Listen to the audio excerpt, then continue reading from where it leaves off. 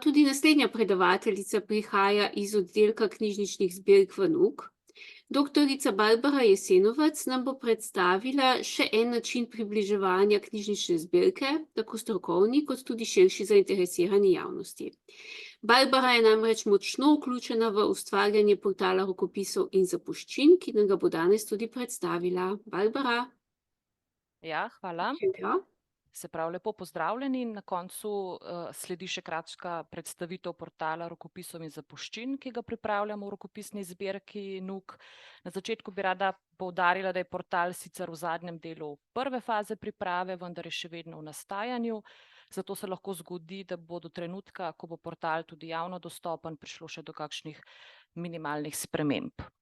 Na kratko nekaj o rokopisni zbirki za tiste, ki ste manj seznanjeni z njenimi nalogami. Kot pove že samo ime, hrani v prvi vrsti rokopisno gradivo, se pravi tako srednjeveške in druge starejše rokopise, kot tudi novoveške rokopise. Največji del zbirke pa predstavljajo osebne zapuščine in arhivi slovenskih pesnikov in pisateljev, kot tudi drugih pomembnih posameznikov, recimo jezikoslovcev, zgodovinarjev, prevajalcev. V zapuščinah se nahajajo različne vrste gradiva, kot so osebni dokumenti, pisma, korespondenca, razni zapiski avtorjev, rokopisi del, osnutki, tudi fotografije, recimo in časopisni izrezki, skratka različno gradivo, ki ga zbirka pridobi ali po smrti avtorja ali pa še za časa življenja posameznika. V tem primeru ga seveda najpogosteje podari avtor sam. Se pravi, naloga rokopisne zbirke je torej zbiranje takega gradiva in seveda njegova obdelava, tako osnovna, inventarna, kot tudi tista bolj natančna, ki seveda sledi ti prvi obdelavi, se pravi katalogizacija. Ta popis poteka po posebnih pravilih za rokopisno gradivo in cilj popisa je priprava kataloga, v katerem je jasno zapisano, kaj zbirka hrani in seveda, kje se to gradivo nahaja. Trenutno ima zbirka v ta namen katalog rokopisov, ki je shranjen v PDF formatu in se nahaja na spletni strani zbirke. Tako, to je zdaj trenutni katalog. Iskanje najbolj smiselno seveda poteka preko funkcije išči. Dam primer, recimo Kveder Zofka in potem seveda najde rezultate. Kot je vidno, je iskanje precej zanesljivo, saj se najde v bistvu vsako od iskanih besed, je pa precej zamudno in za recimo temu sodobnega uporabnika relativno neatraktivno. Najde pa pravzaprav vse zapise, lahko se seveda iščejo tudi drugi iskalni pojmi, ne vem, recimo koledar v primeru, da se išče neko drugo stvar. Zato in deloma po vzorih iz tujine, na primer Avstrijske nacionalne knjižnice, smo se odločili za prenovo kataloga rokopisnega gradiva, in sicer je bilo v prvi fazi načrtovano ustvariti katalog novejših zapuščin posameznikov, se pravi pomembnih posameznikov od začetka slovenskega umetnega slovstva do danes. In sedaj vam bom pokazala, kako izgleda ta novi katalog oziroma portal. Skratka, tako izgleda novi portal v nastajanju. To je stran, ki jo vidijo uporabniki. Za urejanje oziroma administrativni del se je potrebno prijaviti. Na sami prvi strani najdemo kratek opis samega gradiva, ki ga zbirka hrani. Tukaj je nekaj primerov, recimo lastnoročni zapisi pesmi Tomaža Šalamuna in recimo romanov Zofke Kveder. Potem se hrani originalna beležnica pesmi Karla Destovnika Kajuha, skice Alme Karlin, dnevniški zapiski Vladimirja Bartola in podobno.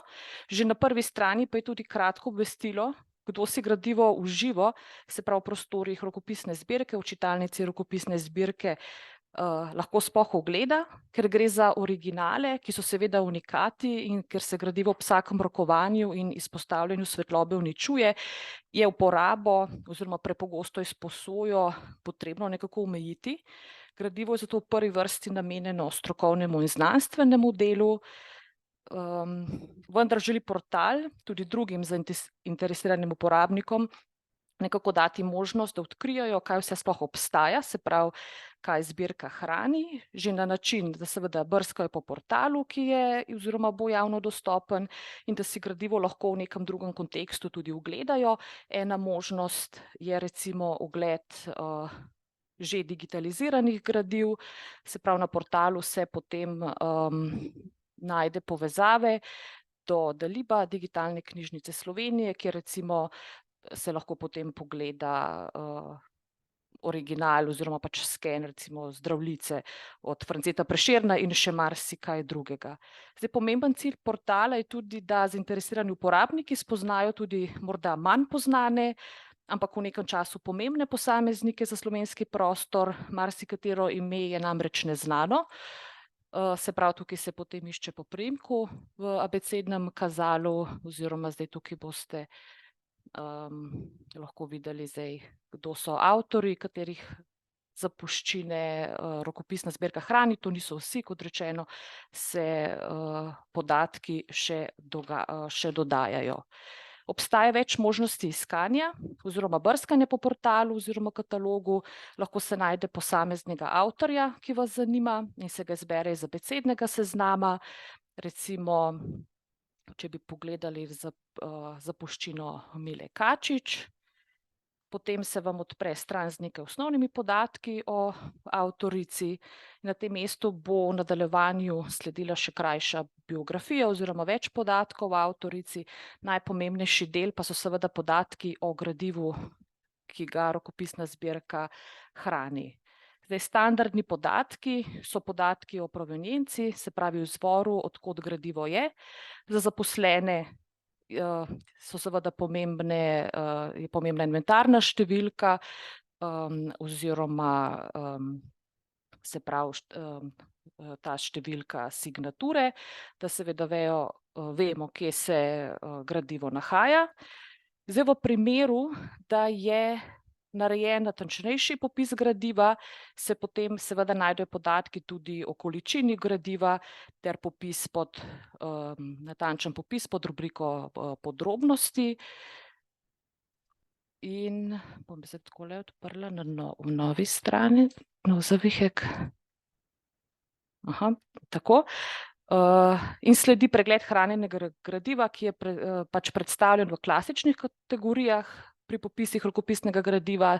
Se pravi, te kategorije so osebni dokumenti, tukaj lahko potem vidimo recimo dokumenti o osebnem statusu, rojstni, krstni listi, seveda odvisno od tega, kaj zbirka sploh hrani.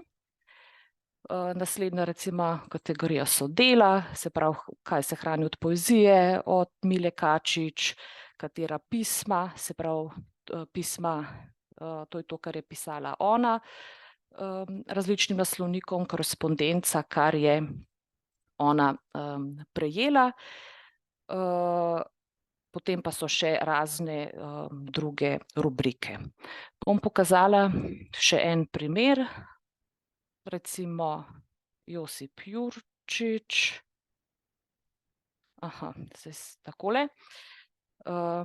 Tukaj zdaj tudi najdemo primeri krajših vnosov, ki jih je v samem katalogu kar nekaj, se pravi, imamo pa samo podatek o provenienci in krajšo, se pravi, vsebino. Tukaj se nahaja samo ena enota, se pravi fragment nečesa, ima pa Josip Jurčič seveda tudi še obsežnejšo zbirko. Zdaj, v tem primeru recimo pri osebnih dokumentih natančnejši podatki oziroma dokumenti niso specificirani, ima pa uporabnik informacijo, da gradivo obstaja in si ga lahko sam pogleda.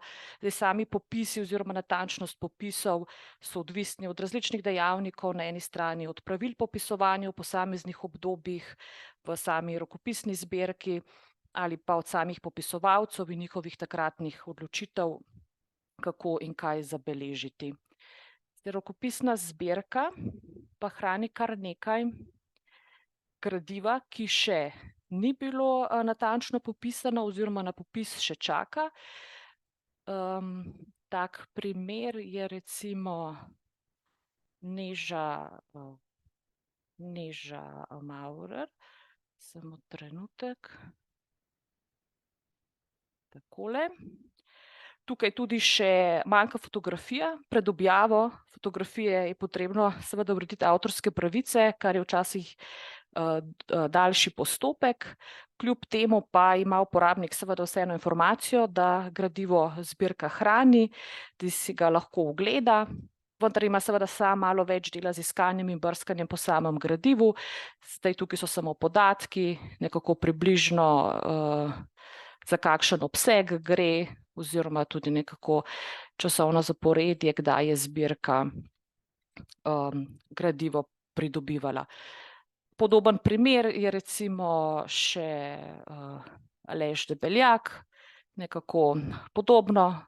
Uporabnik dobi informacijo, da se hrani gradivo in potem nekako neke osnovni podatki, ki se dopolnjujejo seveda, ko se stvari pregledujejo.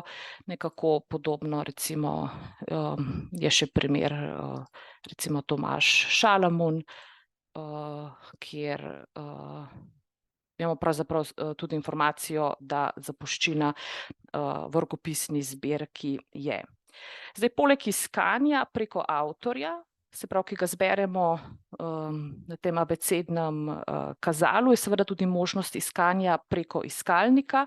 To vrsto iskanja tudi pravzaprav priporočamo vsem tistim, ki želijo najti bolj popolno informacijo, se lahko na primer posamezno pismo, recimo od Zofke Kveder, ne hrani pod Zofko Kveder, ampak katerim drugim avtorjem, ker je recimo pisala nekomu drugemu ali pa ga avtor pač hrani iz nekega drugega razloga.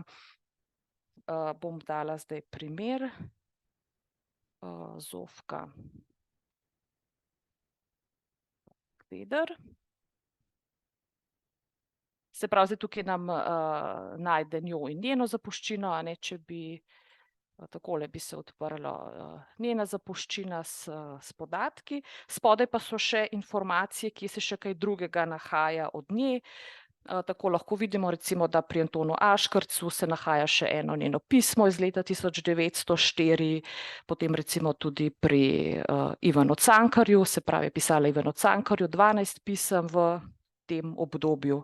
In tudi tukaj je pač podobno kot v samem katalogu rokopisov, se pravi katalogu, ki je trenutno v PDF formatu, je možnost iskanja po nekih drugih besedah. In spet, pri Francetu recimo Bevku se nahajajo neki intervjuji pri zapuščini Mateja Bora in podobno. Zdaj pod zavihkom dodatne informacije se nahaja še nekaj praktičnih napotkov, predvsem za naročanje in iskanje gradiva, delovni čas zbirke in podobno. V prihodnje načrtujemo kar nekaj novosti, želimo dodati informacije o drugem gradivu, ki ga zbirka hrani, predvsem gradivo posameznih institucij, recimo Slovenske matice, potem je seveda gradivo, ki je anonimno oziroma ni vezano na enega nosilca, to so različne revije, tudi starejši kodeksi. V načrtu je pa vsekakor tudi posodobitev iskanja, se pravi možnost naprednega iskanja, recimo, da nekdo išče fotografije recimo od Antona Podbevška. Zdaj za konec naj zaključim z informacijo, da naj bi bil portal javno predstavljen naslednje leto, ko NUK obeležuje tudi 250. obletnico